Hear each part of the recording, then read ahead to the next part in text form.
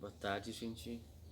O vídeo do nosso canal de hoje traz a seguinte questão: qual a relação de Freud e a filosofia? Freud, esse importante e conhecido médico alemão que viveu na segunda metade do século XIX e faleceu na primeira metade do século XX. Freud nasceu na região da Morávia, atual República Tcheca, naquele tempo parte do Império Austro-Húngaro. Sai da cidade natal e vem para estudar em Viena. Viena é um grande centro de cultura e conhecimento. Naquela época também. Trabalha com um outro médico chamado Charcot, um dos grandes precursores da neurologia moderna, e paralelo à sua formação de médico, ele estuda a filosofia com um professor chamado Franz Brentano. Franz Brentano também foi professor de outras personalidades, como Edmundo Husserl, pai da semiologia moderna também, matemático e filósofo também. Alguns conceitos que você já ouviu falar, Freud trabalha muito presente na teoria freudiana e nos seus estudos, como neurose, a ideia de conflito interno do sujeito, pulsão, em relação à vontade e desejo, como libido, força vital do desejo, o da vida sexual também, recalcamento, retenção de um desejo ou de uma vontade.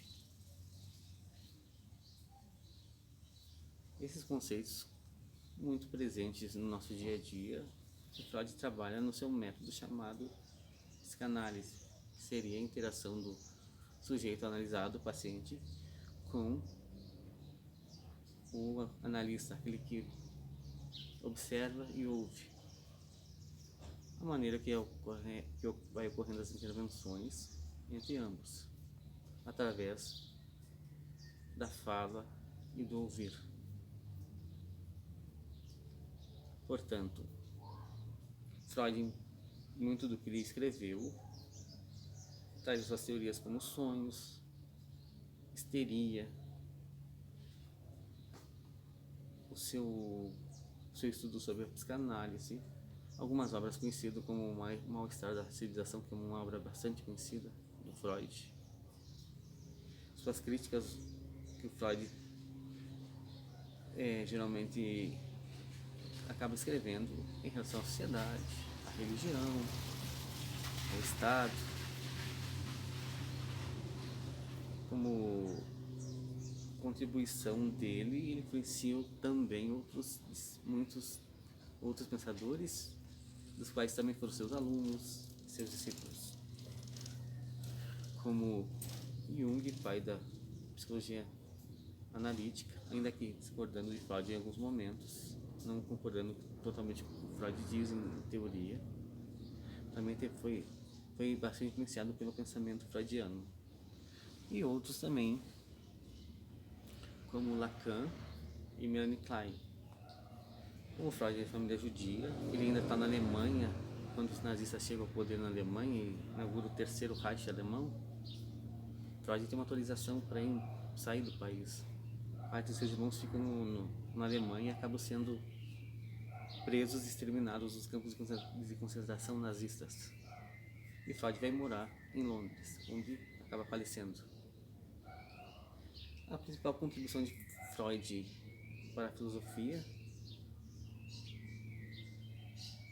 seria a ideia que Freud usou a alegoria do consultório para entender um pouco dessa alma humana, dessa psique, desse inconsciente, desse subconsciente, desse consciente, como inaugura o seu aparelho psíquico. Como diz Ed, inconsciente, o superego, que seria a ideia